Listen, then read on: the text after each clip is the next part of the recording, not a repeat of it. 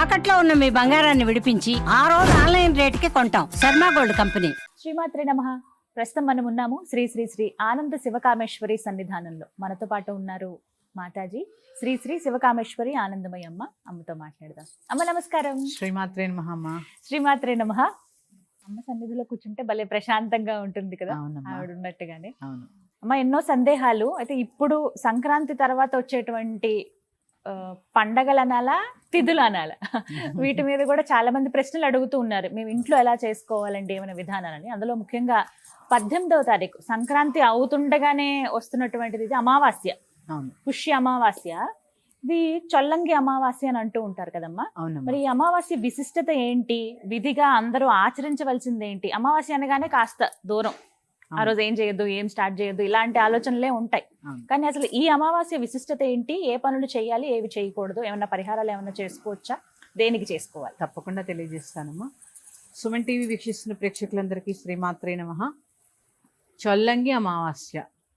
ఈ అమావాస్యకి చొల్లంగి అమావాస్య అని పేరు కన్నా మౌని అమావాస్య అని పేరు. మౌని అమావాస్య. ముఖ్యంగా అమావాస్య అంటేనే పితృతర్పణం, అర్ఘ్యం, దానం ఏ అమావాస్యకైనా చేయాల్సిందే అమ్మ. ఈ అమావాస్య ఆ అమావాస్య అని ఏం లేదు. ఏ అమావాస్యకైనా తర్పణము, అలాగే అర్ఘ్యము, దానము, ఈ మూడు ఖచ్చితంగా చేయాలి. తర్వాత ముఖ్యంగా ఈ మౌని అమావాస్య చాలా ప్రత్యేకతమైనది. దాని పేరే మౌని అమావాస్య. ఆ రోజు చాలా మంది ఉపాసకులు మౌనవ్రతంలో ఉంటారు. అవునా? నేను కూడా ఉంటాను. ఎందుకటమ్మా? మౌని అమావాస్య అంటే జ్ఞానాన్ని ఇచ్చేటటువంటి అమావాస్య. చాలా మంది అమావాస్య తిథిని అశుభంగా అమావాస్య నాడు అది చేయకూడదు, ఇది చేయకూడదు అని చెప్పి అంటూ ఉంటారు. అమావాస్యకున్నటువంటి శక్తి ఏ తిథికి లేదని చెప్పాలి ఒక రకంగా. ఎందుకంటే మనం చాంద్రమానం ప్రకారం పౌర్ణమిని ఎక్కువగా పరిగణిస్తూ ఉంటాం. పౌర్ణమి నుంచి అమావాస్య దాకా క్షీణచంద్రుడు, మనకి చంద్రుడు క్షీణిస్తూ ఉంటే మనం పరిగణలోకి తీసుకోం.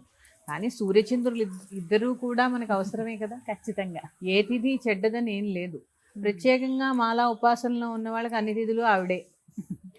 అమావాస్య నాడు ఆడపిల్ల పుడితే శక్తి పుట్టిందని చెప్తూ ఉంటారు. ఎందుకంటే చూడండి, దానికి ఉదాహరణగా దీపావళి అమావాస్య నాడు లక్ష్మీ పూజ చేస్తూ ఉంటాం. ఆ రోజు అమ్మవారు పుట్టారని చెప్పి.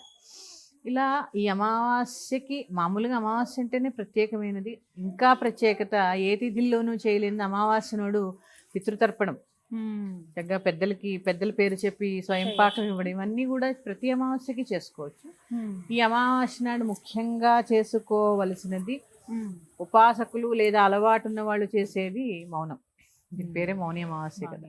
జ్ఞాన సముపార్జన, ఎటువంటి విఘ్నాలు లేకుండా జ్ఞానం బాగా అందాలని చెప్పి ఇక్కడ మాట్లాడరు అనమాట. ఆ రోజు చాలా తక్కువ మాట్లాడతారు, ఎక్కువ జపంలోనే ఉంటారు. ఇక ఆ తర్వాత ఈ రోజు ఈ చొల్లంగి అమావాస్య నాడు ప్రత్యేకమైన పూజ ఒకటి ఉంటుందమ్మా. అంటే కొన్ని ప్రాంతాల్లో చేస్తారు, మా ఇంట్లో కూడా చేసేవారు. వైద్య వీర రాఘవ స్వామి యొక్క ఆరాధన. వైద్య వీర రాఘవ స్వామి తిరువల్లూరు అనే ప్రాంతంలో ఉన్నట్టుంది ఈయన గుడి. ఆయనది రంగనాయక స్వామి లాగా ఇలా పడుకుని ఉంటారు. ఆయన తల కింద మందులు పెట్టి ఉంటుంది. ప్రత్యేకంగా ఈ రోజు వీరరాఘవ స్వామి ఆరోగ్య దీపం వెలిగిస్తారనమాట. గోవిందరాజస్వామికి ఎలా అయితే కొంచెం ఉంటుందో ఆయన తల కింద, ఈయన తల కింద మందులు పెట్టి ఉంటుంది. ఇలా శయనంలోనే ఉంటాడు, తల కింద మందులు పెట్టి ఉంటుంది. ప్రత్యేకంగా ఈ రోజు ఆయనకి పిండి దీపం వెలిగిస్తారమ్మా. పంచదార బియ్యం గ్రైండ్ చేసి దీపంలాగా చేసి ఆవు నెయ్యి వేసి దీపం వెలిగించి మనం నారాయణుడికి చేసుకునే ఉపచార పూజలు చేసి ఆ పిండి దీపం మొత్తం అంతా కూడా ఘనమైపోయిన తర్వాత ఇంటిల్లిపాది ప్రసాదం కింద స్వీకరిస్తారు. ఇలా స్వీకరిస్తే సంపూర్ణ ఆరోగ్యవంతులుగా ఉంటారని చెప్పి చేస్తూ ఉంటారు. అలాగే బెల్లం ఉంటాయి కదా, బెల్లం మనకి ఇంటి చిన్న చిన్న బెల్లాలు దొరుకుతాయి, వాటిని నీళ్ళల్లో కలుపుతారు. అంటే ఆ నీళ్ళల్లో కలిపి అదే ఆయన దగ్గర కొలననుకుని దాని చుట్టూ ప్రదక్షిణలు చేసి సంపూర్ణమైన ఆరోగ్యవంతులుగా మమ్మల్ని ఆశీర్వదించమని చెప్పి కోరుతూ ఉంటారు. నిజంగా కూడా అమ్మ ఆ రోజు ఒక వెండి కడియం వేసుకుని మా ఆరోగ్యం అంతా కుదుట పడితే మళ్ళీ ఆ యొక్క ఆలయానికి వచ్చి ఈ కడియాన్ని అక్కడున్న ఆ పుష్కరిణిలో నదిలో అక్కడ కొలంలో వేస్తామని చెప్పి మొక్కుకుంటూ ఉంటారు. వెండి ఇప్పుడు చాలా ఖరీదైపోయింది కదమ్మా, అందుకని చేయించుకోలేకపోయినా ఈ రెండు అయితే ఇంట్లో తీసుకోవచ్చు. చక్కగా పిండి దీపం పెట్టుకోవచ్చు. మీకు ఆ ఫోటో కూడా కావాలన్నా దొరుకుతుందమ్మా, మీకు గూగుల్లో సెర్చ్ చేస్తే దొరుకుతుంది. వైద్య వీర రాఘవ స్వామి, వైద్య వీర రాఘవ స్వామి నారాయణుడి యొక్క అవతారం, నారాయణుడి యొక్క అవతారము. అది తెచ్చుకుని చక్కగా చిన్న ఫోటో ఇంట్లో పెట్టుకొని పిండి దీపం పెట్టుకొని ఈ యొక్క బెల్లాన్ని నీళ్ళల్లో వేసి చక్కగా ఇంటిల్లి పాతి ఒక్కొక్కళ్ళు ఒక్కొక్కటి వేయాలి. ఎవరికి వాళ్ళు చిన్న చిన్న ముక్క ఇంటింత వస్తున్నాయి కదమ్మా, వేసి చక్కగా చెరువు ఉంటే ఇంకా మంచిది, కాలం ఉన్నా మంచిది, బావున్నా మంచిది, దాని చుట్టూ ప్రదక్షిణ చేసి సంపూర్ణమైనటువంటి ఆరోగ్యాన్ని ప్రసాదించమని కోరుకోవాలి. ఇది చొల్లంగి అమావాస్య యొక్క ప్రత్యేకత. చాలా మంది చొల్లంగి అమావాస్యని చేసుకోరమ్మా, చేసుకోండి. ఆరోగ్యప్రదాయని అమావాస్య, జ్ఞానప్రదాయని. ఈ అమావాస్య చాలా విశేషం. చూడండి, పైగా ఉత్తరాయణ పుణ్యకాలం వచ్చిన తర్వాత వచ్చేటటువంటి అమావాస్య మొదటిది. అందుకని ఖచ్చితంగా పాటించండి. దీనికి ఏం ప్రత్యేకమైన పూజలు అంటూ ఏం ఉండవు. చక్కగా వెంకటేశ్వర స్వామి ఫోటో అనుకోండి, విష్ణుమూర్తి ఫోటో ఉంటే పిండి దీపం పెట్టి ఆయన తలుచుకుని నమస్కారం చేసుకుని తృణోపడమో నైవేద్యం పెట్టి ఆ ప్రసాదం, ఆ పిండి దీపాన్ని ఇంటిల్లి పాతి ప్రసాదం కింద స్వీకరించండి. ఆ రోజు మొత్తం అంటే ఆ రోజంతా పఠించే మంత్రం కానీ ఏవైనా, ఈ అష్టాక్షరి మంత్రాన్ని మించినటువంటి మంత్రం లేదు కదమ్మా.